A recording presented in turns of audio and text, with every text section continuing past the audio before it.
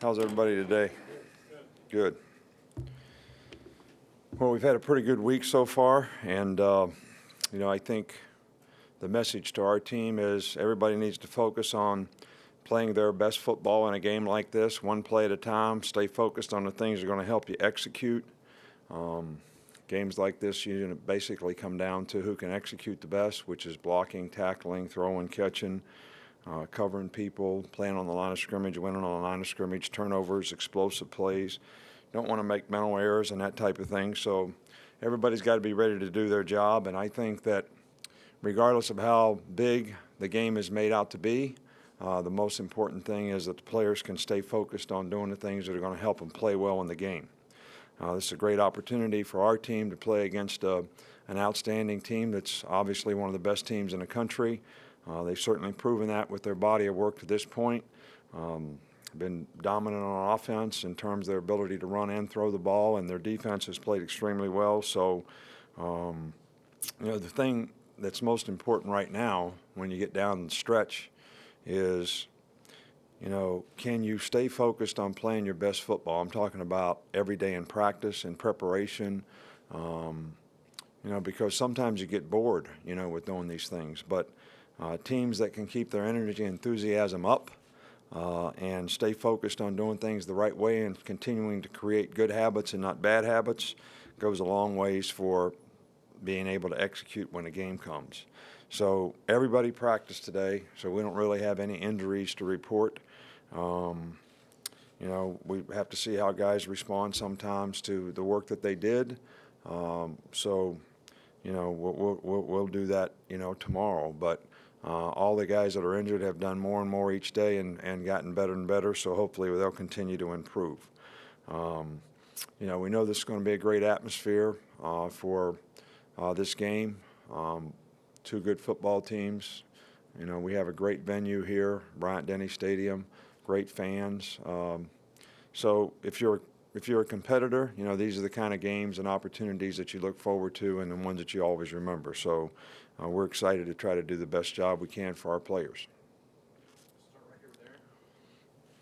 I think the struggles offensively on third down efficiency, is that just a byproduct of being behind the chains, down a distance?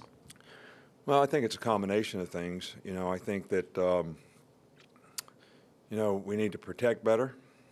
I think the quarterbacks had too much pressure on them at times. I think, we need to throw and catch it a little bit better. I think people need to do a better job of getting open. We have to have better timing in what we're doing. And I think that obviously if you can play with consistency and have third down and 3 to 6, you got a much better chance to convert if it's third down and long. So I think it's probably a combination of all those things and things that we worked hard on to try to improve. Two quick questions, Nick. I know you just talked about the injured players and everyone practicing today. Hey, have you already determined the availability or how much that Dominic and Ronnie will be able to play, or whether they'll be able to play, or is that a determination you'll make? Well, the determination is how well and how much they improve day to day, based on what they did the day before. And we've been very pleased with their progress. So we're hopeful that both guys will continue to progress and both guys will be able to play. Now, I don't have a crystal ball to say the guy's going to be able to last the whole game and not get, have an issue or a problem.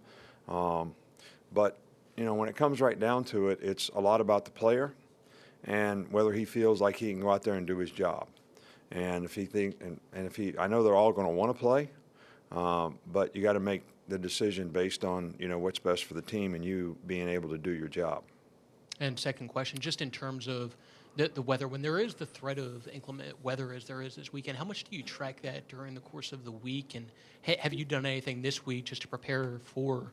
Yeah, we always do wet ball. But, like when we played at Georgia, you can track, you can do whatever you want, you can pray, you can go to church every day, you can do whatever you want. But at the end of the day, if it's going to rain, it's going to rain.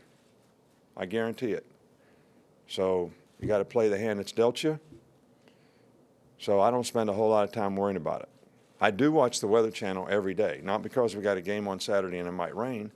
I have my coffee and 2 Debbie cookies, and for 15 minutes I watch the Weather Channel, which is, out of the 15 minutes, probably 8 of it is commercials. But I'm good with that. With how much they like to run the ball, what are you telling the secondary this week so that they don't fall asleep and they hit them over the top of play action? Well, eye control is important. Everybody has a key, the key run pass, and you have to do a good job of have disciplined eye control so that if a player releases and you read run pass, that you're going to play pass defense if that's your job. I mean, if you've got run support and they block, then you need to run support. So everybody's got to be disciplined in keying what they're supposed to and not look at the wrong things. And when you start looking at the quarterback and watching them fake the ball, that's when you get fooled and somebody pops out of the ground behind you. So they have some really good play action passes, and I think we have a lot of respect for their quarterback and their receivers and their ability to throw the ball. So I think it's just as important to stop those plays as it is the running game. Talking to former players about this game, they would say the LSU-Alabama game is always the most physical game of the year. How do you see that manifest itself on the field? Well, I think that's probably true.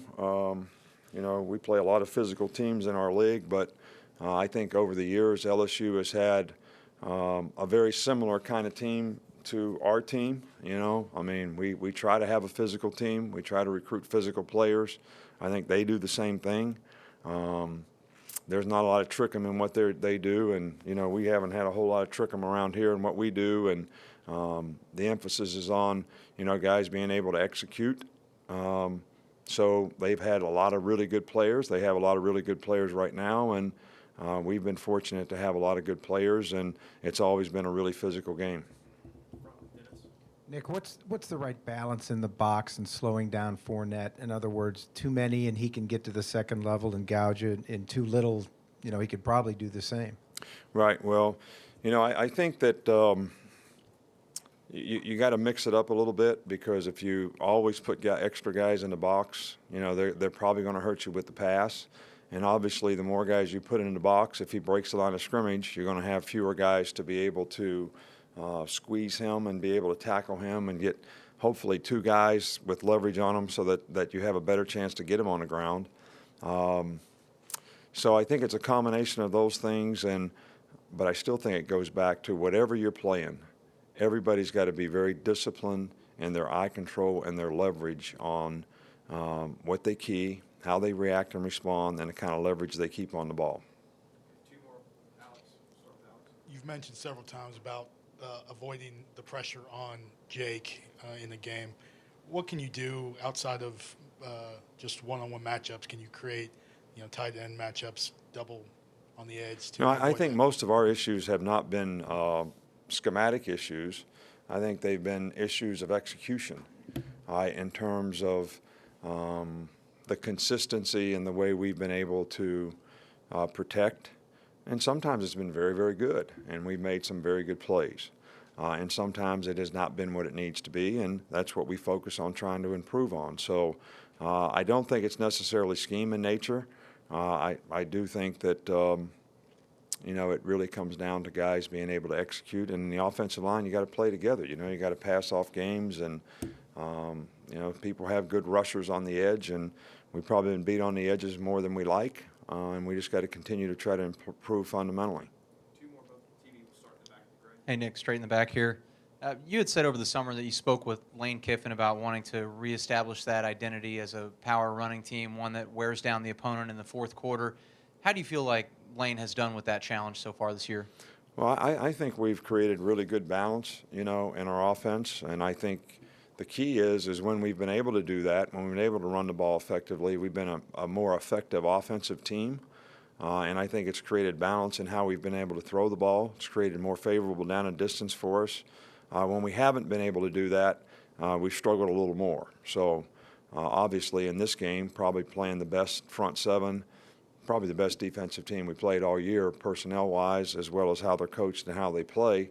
It's going to be, a real key to the game. Last one, back right. With the number 4 ranking, how do you keep your players on an even keel if some of them want to get excited so early? Well, I don't think the ranking means anything. I mean, it doesn't mean anything. All it means is you've created an opportunity to have a chance to finish the season and maybe have an opportunity to play, in some other games that are big games. All right, but if the players aren't smart enough to know that they need to stay focused on the game, because if you don't play well in every game that we have from here on out, you won't be ranked anymore. All right, so what good does it do? What does it mean? It means nothing. I don't even know why we have it. The only time it means anything, the only reason we have it is for folks like you to talk about and write about.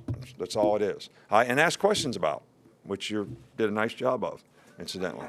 All right, so, but other than that, what does it mean? Tell me what it means. Does that mean somebody's getting in the playoff or they're not getting in the playoff? Doesn't mean anything.